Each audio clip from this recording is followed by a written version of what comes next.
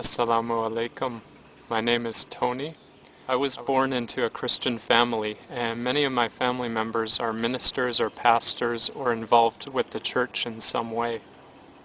Although my country is very beautiful, there's also a lot of problems with it. For example, crime. A woman is raped every 2 minutes, according to statistics. Every 2 minutes, a woman would be raped.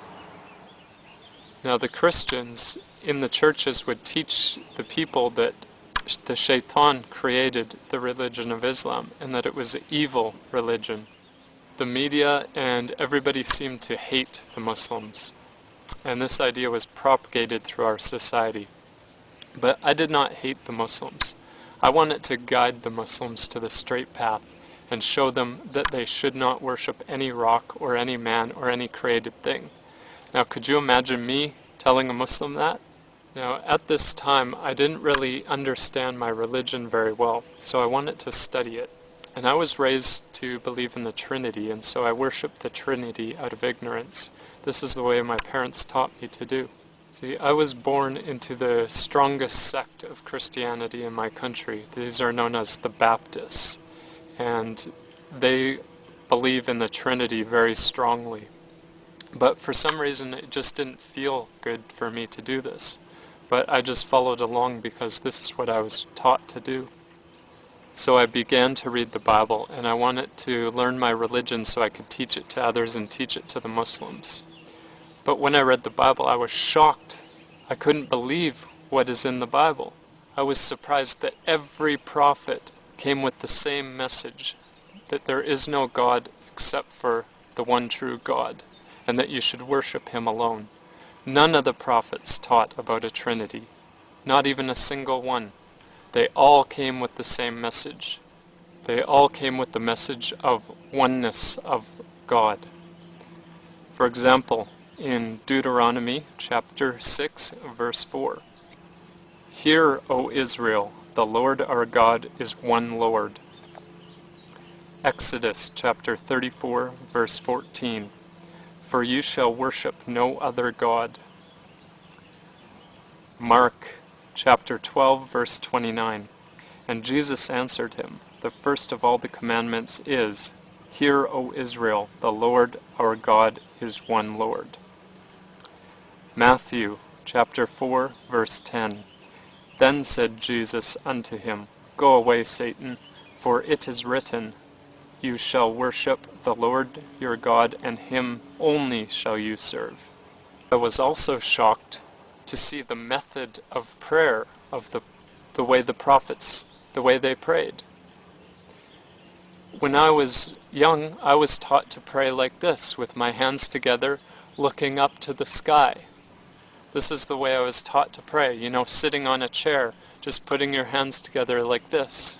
This is the way I was taught to pray. But when I was reading the Bible, I saw that the prophets, they fell on their face to pray in submission to God.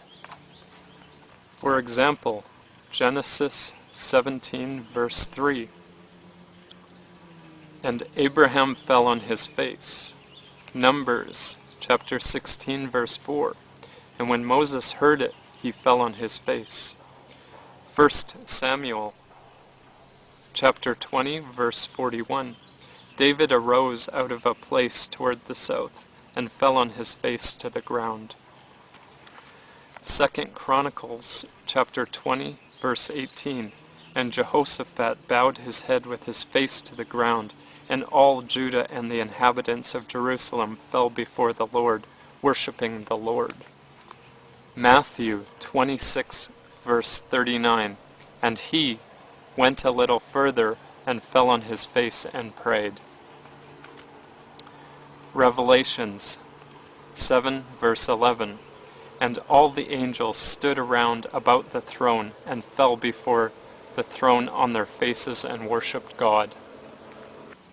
And I also read in the Bible about fasting. Matthew chapter 4, verse 2, "And when he had fasted 40 days and 40 nights, he was afterwards hungry." Mark 2, chapter 18, and the disciples of John and of the Pharisees used to fast. Matthew 6, verse 18, moreover, when you fast, be not as the hypocrites of a sad countenance, for they disfigure their faces, that they may appear unto men to fast. Matthew 6, verse 17, but you, when you fast, anoint your head and wash your face. So as a Christian, we weren't even taught that we should fast. This wasn't even something that the church leaders even taught us to do. And not only this, but in the Bible it talks about the Hajj. In Psalms 84, verse 65, blessed is the man whose strength is in you, who sets their heart on pilgrimage as they pass through the valley of Becca. Genesis 47, verse 9, and Jacob said unto Pharaoh, the days of the years of my pilgrimage are 130 years. You see, if the Christians were following their Bible, they would be so similar to the Muslims, and they would not hate the Muslims, but instead they turn their backs on their own book. They don't even believe in their own book. Instead they teach something different. If only the Christians would follow their own book, they would believe in the oneness of God. They would pray by prostrating. They would give charity. They would fast. And they would go to the Hajj, inshallah. Now when I read the Bible, I was also disgusted at what I found. I was horrified because of the lies in it. For example, in the Old Testament, there's a story about Jacob, how he has a wrestling match with God, and he beats up God. He wins. He is superior in strength to God. Now how can I believe that? Another good example is in the Bible. It says that God sleeps. How could God sleep? Psalms 44, verse 23. Awake, why do you sleep, O Lord? Psalm 78, verse 65. Then the Lord awakened as one out of sleep, and like a mighty man that shouts by reason of wine. How dare anybody utter these lies against God? So how could I believe in the Trinity when none of the prophets believed in the Trinity and none of the prophets taught about the Trinity? How could I believe in it? So I went to my family and I told them I do not believe in the Trinity because none of the prophets did. And so they arranged for me to meet with one of my family members who is a minister.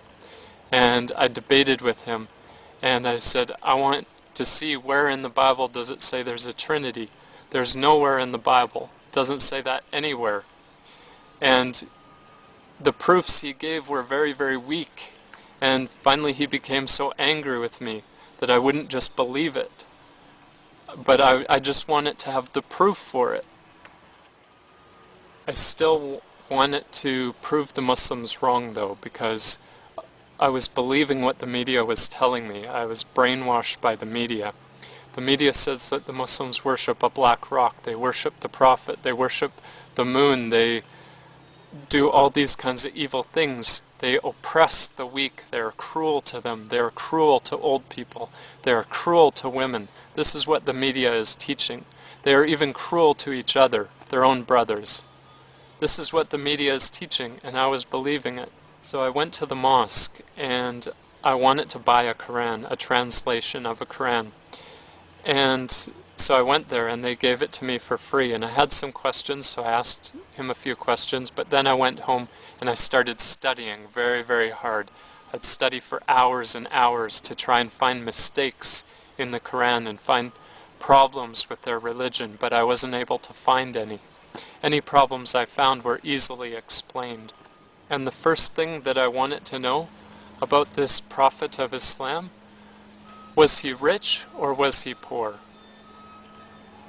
Because I thought that maybe he was only doing it for money. So I thought, okay, is he rich or was he poor? And I found out that he was wealthy first, and then he became poor after he began to deliver the message. And even after he began to deliver the message, they came and offered him money, but he refused it. So after I read the Quran, I knew that if there was any message from my Lord, that this was the message. And so I went to the Imam and I took the Shahada. Ashhadu an la ilaha illallah wa ashhadu an Muhammadan Rasulullah. And one of the greatest gifts that you have is that you are born into this religion of Islam. So do not turn your backs on it like the Christians have turned their backs on their religion. If only they would follow their book, they would be similar to the Muslims. Assalamu alaikum wa rahmatullah.